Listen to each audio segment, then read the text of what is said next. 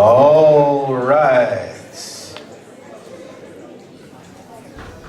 Yeah, we're going to get started shortly. We're going to get going and moving into our final of the evening of the day. And so incredibly awesome.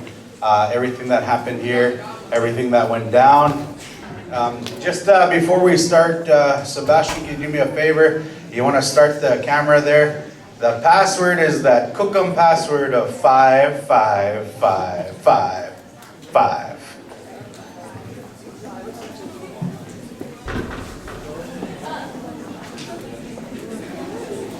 Yes. And just press start on the live video. Now, we do have just a little bit of housekeeping. You can keep the lights on. There's still some people trying to find their seats. So find your seats, get where you are. This is the last bit of it. This is the last three speakers that we have.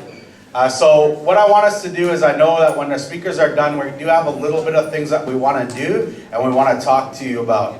And we also want to make sure Carpenter High School has been so kind in allowing us to use this space. Not only did they allow us to use the space, they said, we're not even going to rent it out. You guys use it, and we want to hear these voices, and our students are going to participate in it. So, which is awesome. Give Carpenter a big round of applause.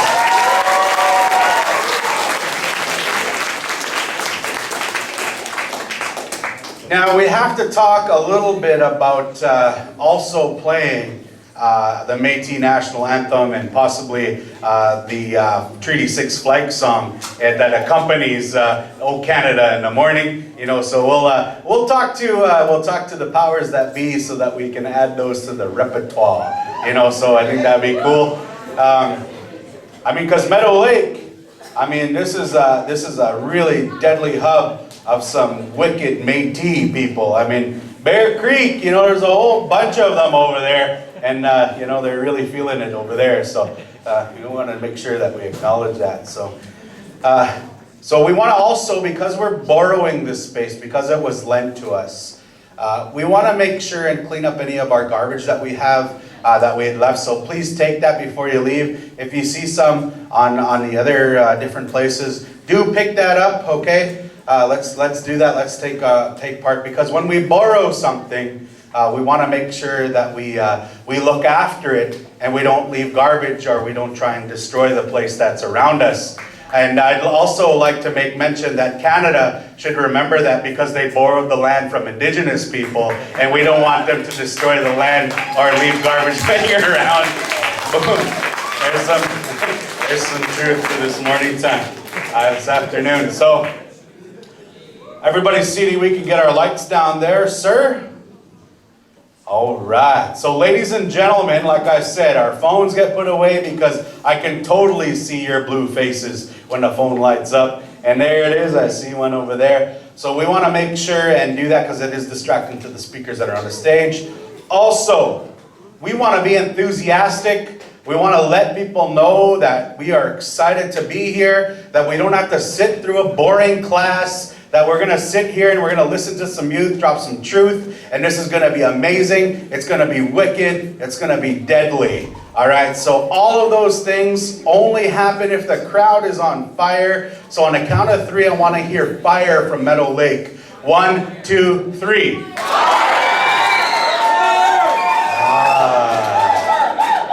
Yes.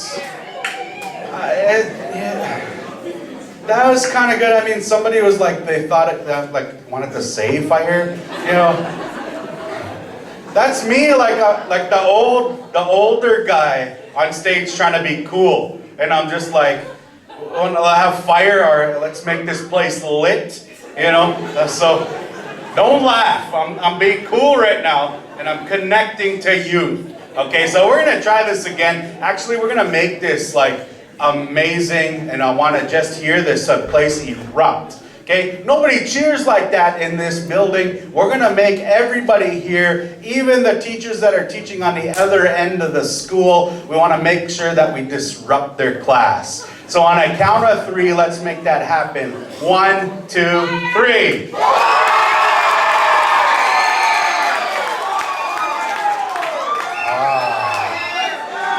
Yes. Gee, I admit I could have recorded that. It could have been like, that could have been my like video on my Facebook. You know, everybody cheering. Hey. All right, thank you. That was amazing. Here we go. We're gonna go. Our last three speakers of the day. Ladies and gentlemen, I don't want to take up too much time. I want this other person to come up here, drop some truth, share some passion, share some heart. Ladies and gentlemen, help me by welcoming Chandler LeMay.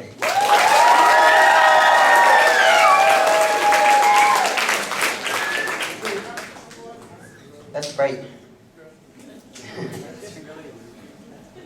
Oh, dude, I lost. You got this, Chad. You got this, man. Who's that? Who lost me? Nick. I can't see you. Wait. What? Hi, my name is Chandler LeMay from Clearwater River Canyon Nation, and I'm going to talk about culture and what mining has done to the land, like tearing it up and I don't know, just stripping minerals from the ground. I don't know.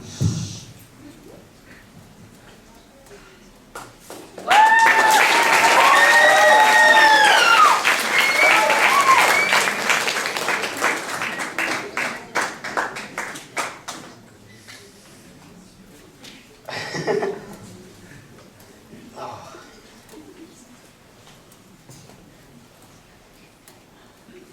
We should take care of Mother Nature and what it has to give us.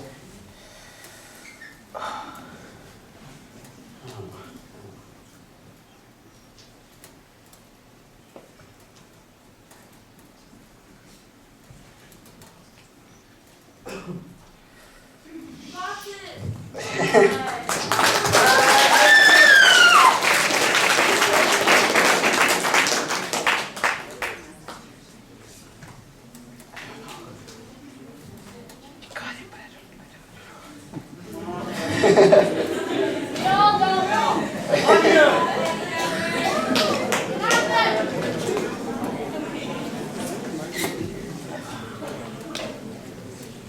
What's happening at home?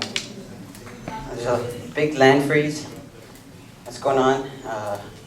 They took away this man's cabin so they can put a mine there, and that took away his trap line. And as a youth, I feel like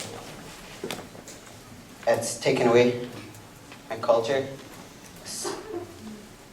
We don't have the elders to teach us, as we are losing them, and we need our land for to learn to trap, hunt, fish, and be able to provide and teach our lessons to younger ones. I feel that the youth should have a say in this, as it's their future and their culture that they'll be possibly losing.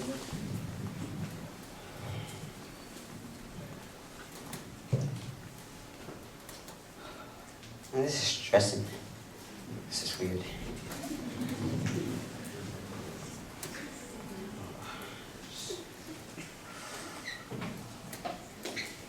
Woo!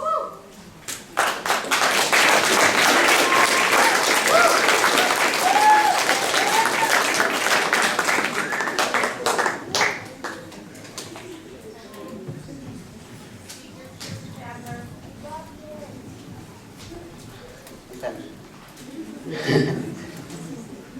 It's so bright.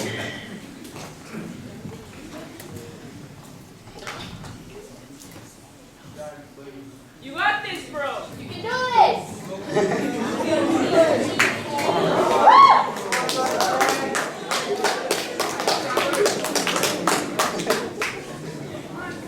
What are you doing this summer? That's true. I went hunting, fishing. Me and my cousin Lachlan, which is like somewhere over there, I think, or wherever he is. And he taught me a lot of things. He taught me how to trap. He taught me how to fish. He's taught me how to hunt. We haven't got a moose yet. No. That's something. something. And her mom, my grandma, she's the best. She taught him, and she's still alive, you know, she's cool. I love her with all my heart.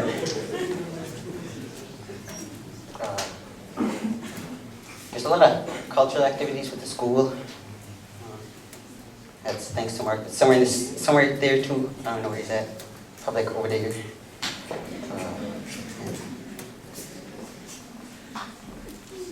He brings a lot of cultural activities like winter camp or moose camps. Winter camp. So, it's fun. And as a youth, I don't want us to lose our culture, our language, and what we have to share for it. Okay, bye-bye.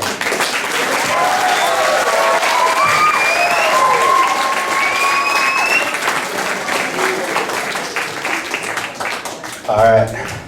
Thank you, Chandler. I mean, let's give Chandler another round of applause.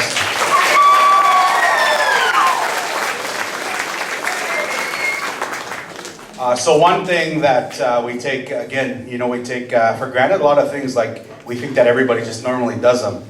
But Chandler standing up here talking about hunting, fishing, trapping.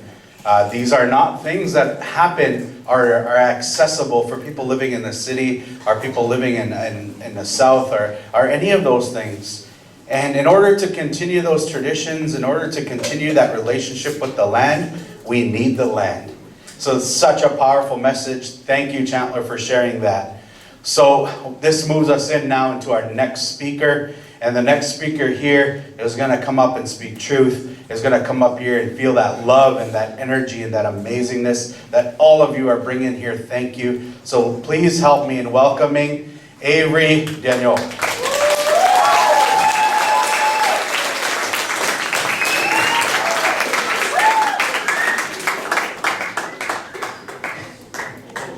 Hello, my name is Avery Daniel, and I'm from Turner Lake. I'm Korean Dene, and I'm going to be talking about how Kawa helped my social anxiety. You got to say.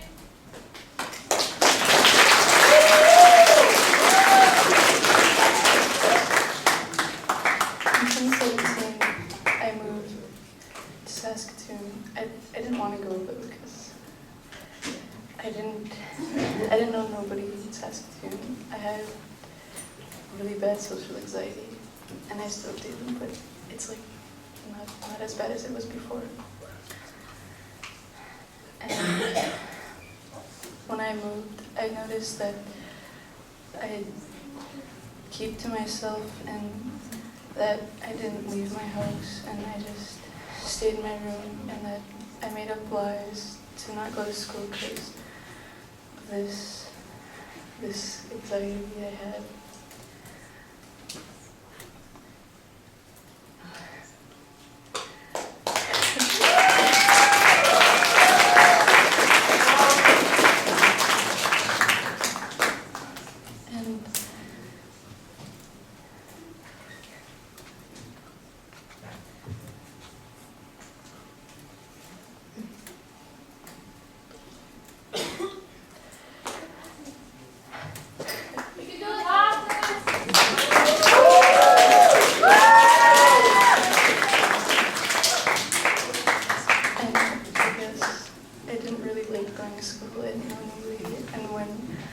I got asked to join in certain activities with my class. I just I don't know, I wouldn't do it with them. I'd just I'd say like, go use the washroom or something, just to run away from feeling shy.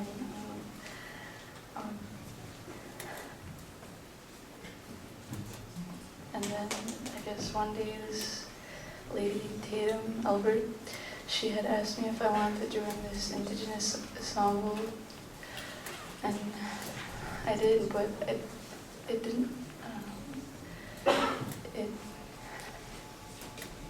was scared at first, but she told me a few things to help with that.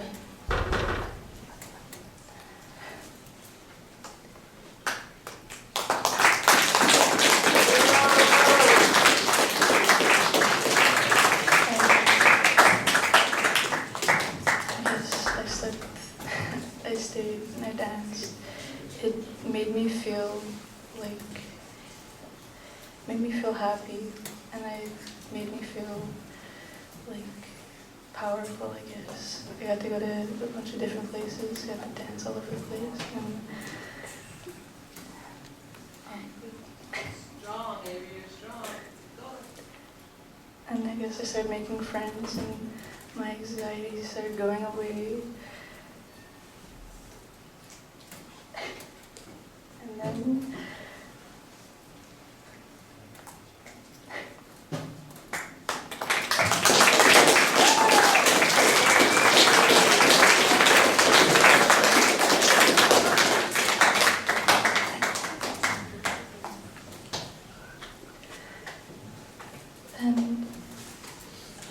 like I love learning my culture and stuff.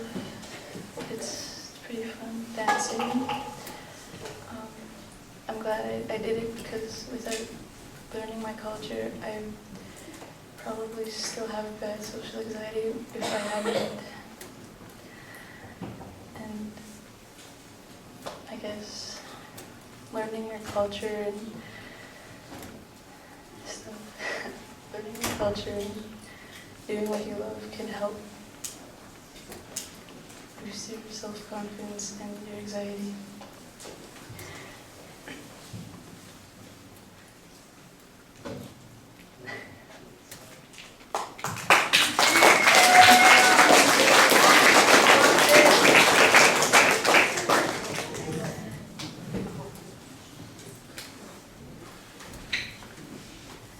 And learning your culture can also help with people who have mental problems. That's all I have to say.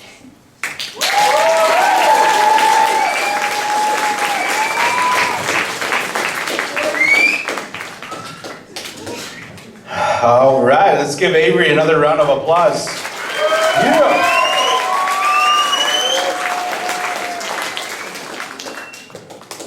So we create space, we protect the earth, we look out for our children, we figure out to offer supports for so many people that in our communities, and most importantly, we listen to the voices of those of us that are those of you that are youth, and they'll help us and they'll guide us to answers. So there's so many powerful things that are said and shared, so incredibly awesome.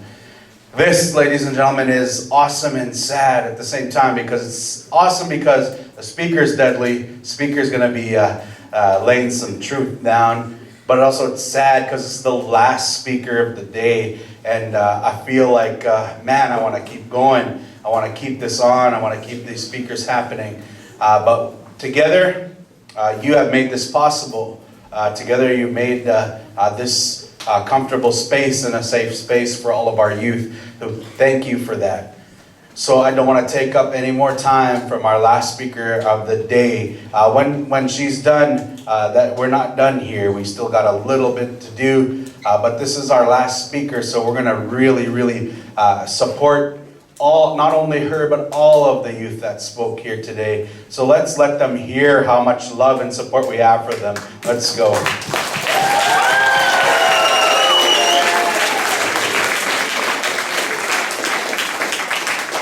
Our last speaker, ladies and gentlemen, Kaylee Iron. My name is Callie. My name is Callie. But Tanta Glenta, hi. My name is Callie Iron. I am half Dene, half Cree. A Cree, if you will. I am Cree from my mom's side, from Kinoa Lake Cree First Nation, and I am Dene from my dad's side, from English River Dene Nation. The only Cree word I know is a Westie. My vision for my purpose is to use my voice, whether it be through this or through my future career, which is me being a lawyer, which I'm going to make happen.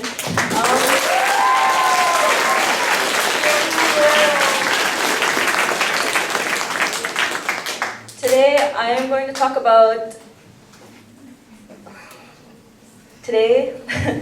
the topic I chose to talk the topic I chose to talk about today is a very much needed conversation. Sexual assault, sexual abuse, rape. Let's have an open conversation about it.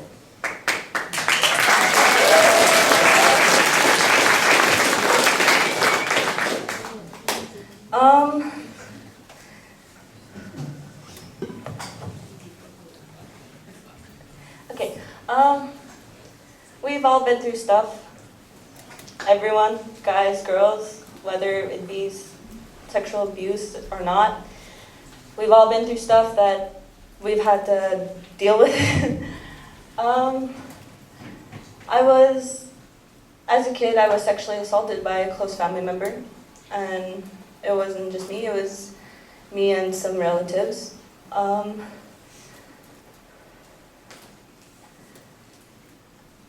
And I guess it did make me the person I am today.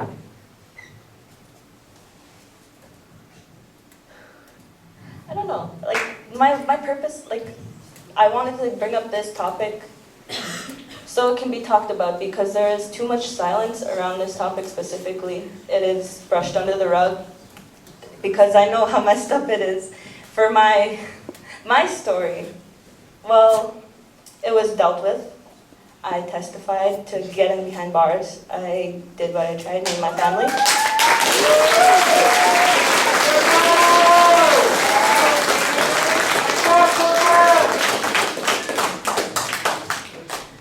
We did get him behind bars, unfortunately for a short time because of complications, I guess.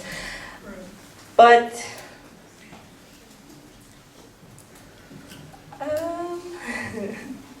just give me a second. Well, I always struggled to bring this up, to talk about it. It's always been something that even I brushed under the rug because I was ashamed of it. I didn't want people to know that my own family did that to me. I didn't want people to know that that was my story and that's how I came to be. But my view on that changed because of it, I am a better person. I've learned a lot and I've learned to look at it in a different way. I didn't let that define me. I grew from it.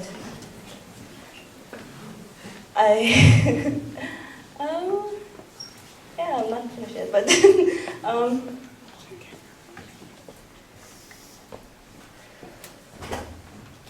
we as a nation have targets on our backs for, we have missing and murdered Indigenous women. That's why? Why is it like that? So starting this conversation will allow people to talk about it, and so they're not alone, to know they're not alone. Because okay, let me try something real quick, even though I can't see you, but, okay, stand up if you've been sexually assaulted, sexually abused, or raped, or if you've been affected by it.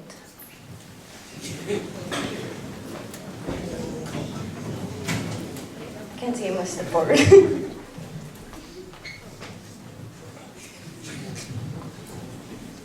Okay, take a look around.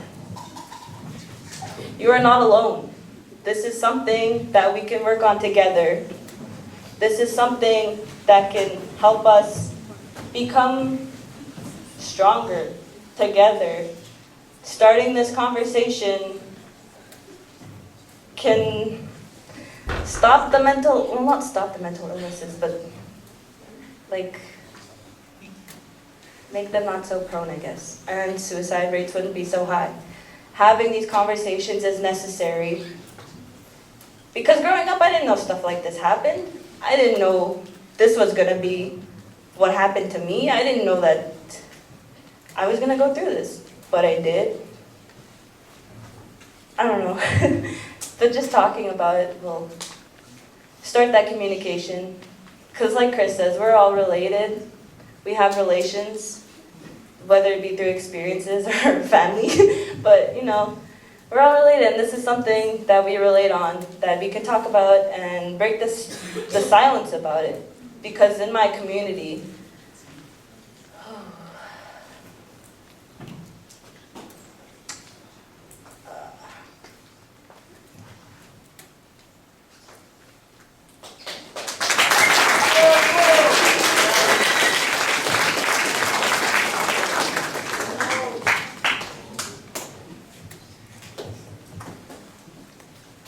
my story is still ongoing, though. I'm not still going through it, but my abuser, I guess, is going to be coming out soon, and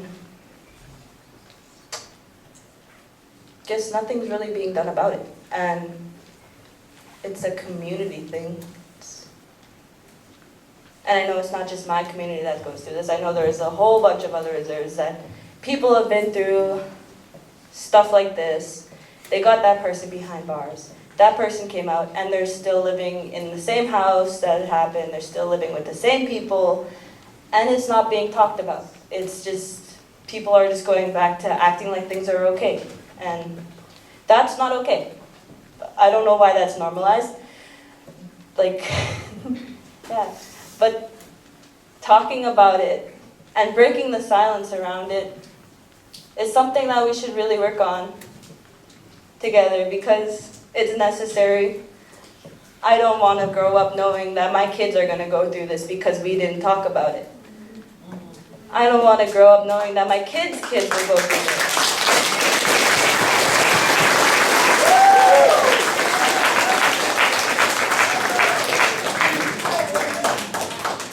The message that I'm leaving here today is, let's break that silence around sexual assault, sexual abuse, and rape. Let's have that conversation, because it's necessary. Our sisters have to know what is going to happen. Well, not what's going to happen, but what is... oh, no, how do I... What is real, I guess. And yes, doing it together, standing up together, can really make a change.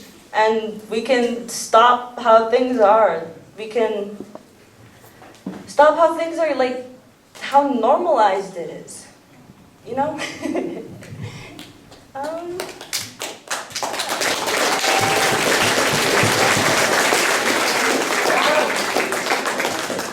I'm almost finished, sorry for being so long. But some of the things that I did to help myself get through that, I turned to the Creator. I turned to my culture, because it's where I felt safe. It's where I felt I needed to be to start my healing journey. It's where I felt that I had to be in order to deal with this, to get through it. Because last year in 2019, I really went through it. I attempted suicide on September 7th, 2019. I OD'd. I was feeling so hopeless. I felt so unheard. I felt silenced. I just felt like I couldn't do it anymore. So I did that. And after that, I not opened my eyes, I became open-minded to the fact that I can do something about this, so nobody is in that position, that I can make that change by being here today. So.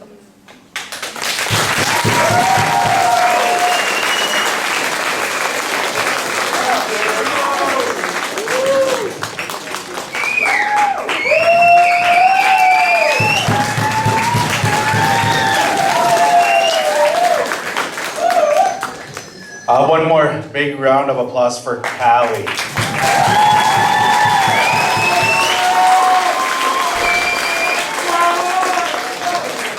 Now, we are listening to that truth come forward.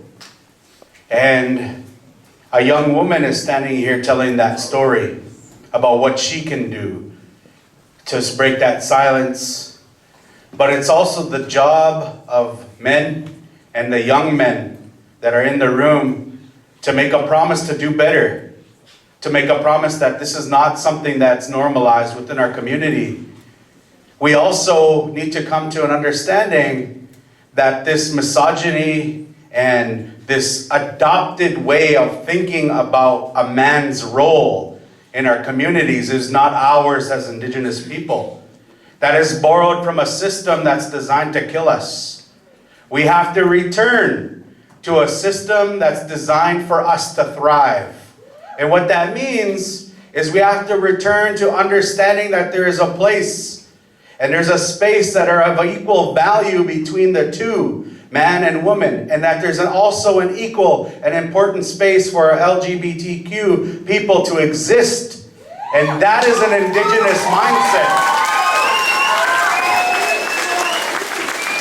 This day, coming together for an opportunity to think Indigenous, to think in how the youth are speaking to bring truth, is so powerful beyond something that we can witness right now.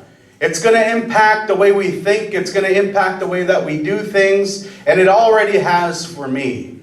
I want to call up all the youth that spoke today. I want you to make your way up onto the stage and stand over here on this stage. I want you to come forward wherever you are, those youth. I want you to make your way up here. Careful how you walk, careful not to fall. But I want to call them up onto the stage. A few of our youth had to travel home, but a lot of them had stayed. So I'm going to call them up. I'm going to ask them to come on stage here, ladies and gentlemen. I'm going to ask them to be a part of this. Just in the middle. Come over here so you're in the light there, ladies and gentlemen. Come over. This spot. These youth, the youth that you see, all of them are super amazingly brave. All of them have courage. All of these people that are standing on here are brilliant minds. All of them have the ability to change the world. All of them have their ancestors standing behind them, lifting them up. All of these youth are the same youth that you are. They're the same people that you are, and they have that ability to speak and find their voice to bring truth to the stage. I want all of us here to acknowledge, give all of that love, that beauty, that kindness. I want us to focus on all of these youth that poured some truth out on the stage, that were vulnerable, that said it even though they were scared to say it, that had the voice, that made sure that this was possible. I want us to show them how much we appreciate them. 1, 2, 3.